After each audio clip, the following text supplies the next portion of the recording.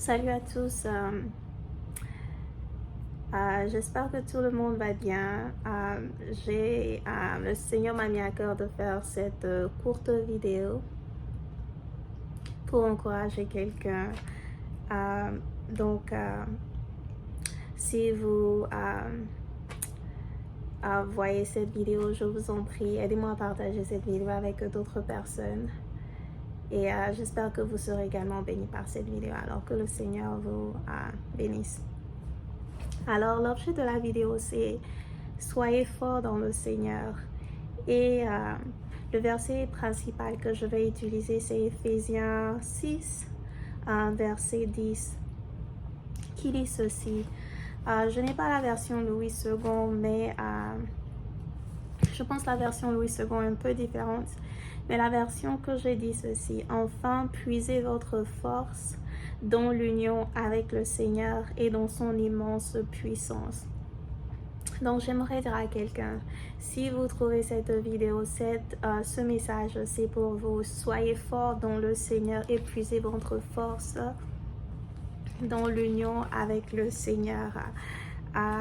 Vous savez, parfois, quand on passe par des difficultés dans la vie, c'est facile d'abandonner, c'est facile de baisser les bras, c'est facile de se dire que, de penser en fait que le Seigneur n'est pas avec nous. Mais j'aimerais dire à quelqu'un ce soir que le Seigneur vous voit, le Seigneur est avec vous et vous devez être fort dans le Seigneur. Vous devez être fort afin de pouvoir posséder les promesses que le Seigneur vous a faites, afin de voir l'accomplissement de ces promesses-là. Vous savez, quand Jésus est mort à la croix de Golgotha, les leaders juifs pensaient que c'était terminé pour lui. Ils pensaient que c'était la fin. Ils pensaient qu'ils avaient accompli leur mission. Mais c'est justement à travers la mort du Seigneur Jésus-Christ que Dieu le Père s'est vraiment glorifié. En ressuscitant le Seigneur Jésus par la puissance du Saint-Esprit également. Donc, quand l'ennemi pense que c'est terminé pour vous, ce n'est pas la fin. On voit également cette histoire se répéter dans l'histoire de Lazare. Lazare qui était mort. Et beaucoup de personnes pleuraient, Marie pleurait. Et même quand Jésus a dit à Marie que Lazare allait revenir à la vie, elle pensait que Jésus parlait du dernier jour, du jour de la résurrection. Elle ne comprenait pas que Jésus était en train de parler du moment présent. Alors j'aimerais dire à quelqu'un que quand l'ennemi pense que c'est terminé pour vous, quand l'ennemi pense que vos finances sont à terre ou que vos relations, que même votre mariage est à terre, ça c'est ce que l'ennemi dit, mais le Seigneur dit autre chose. Et ce que le Seigneur dit, c'est ça qui s'accomplit et non la parole de l'ennemi. Parce que quand le Seigneur dit quelque chose, il ne s'en répond pas. La parole de Dieu déclare que Dieu n'est pas un homme pour mentir, ni un fils d'homme pour se repentir. Ce qu'il a dit ne l'accomplira-t-il pas? Ce qu'il a dit ne le fera-t-il pas? Alors, bien-aimés, soyez forts dans le Seigneur. Soyez forts dans le Seigneur. En prenant du temps, en passant du temps dans sa présence, en méditant sur ce que la parole de Dieu dit de vous, en vous rappelant aussi des promesses que le Seigneur vous a faites et en adorant le Seigneur, en prenant vraiment le temps de passer, en prenant vraiment du temps dans sa présence pour l'adorer, pour l'aimer, pour chanter des chansons d'adoration et de louange. Et sûrement le Seigneur agira.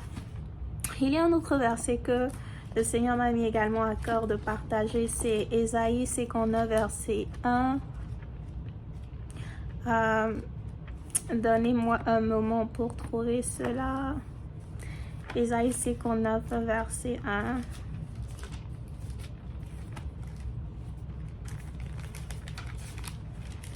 Ésaïe 59, verset 1 déclare: Pensez-vous que le Seigneur n'ait pas le bras assez long pour vous sauver, ou qu'il ait l'oreille trop dure pour vous entendre?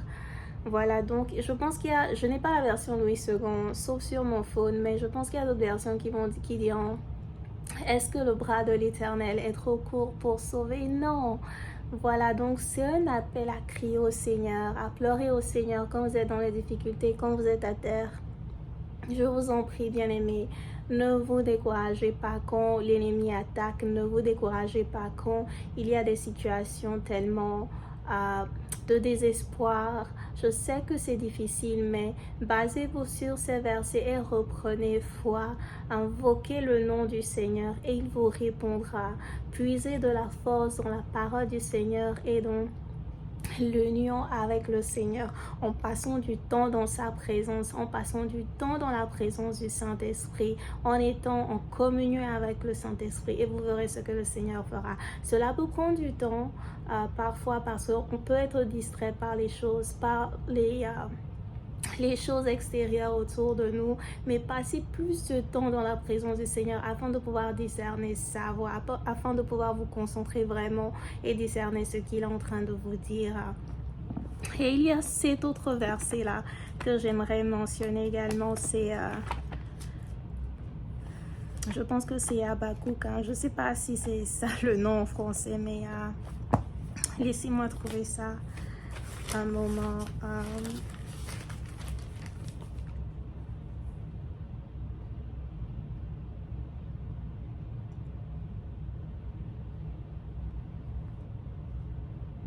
Ok, Habakkuk. Désolée, je n'utilise pas la version française souvent, donc je vais voir. 746.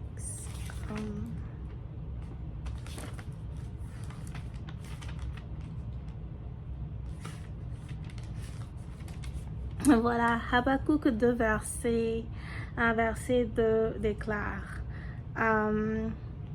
Le Seigneur me répondit ainsi: écris ce que je te révèle, grave-le sur des tablettes, de telle sorte qu'on puisse le lire clairement.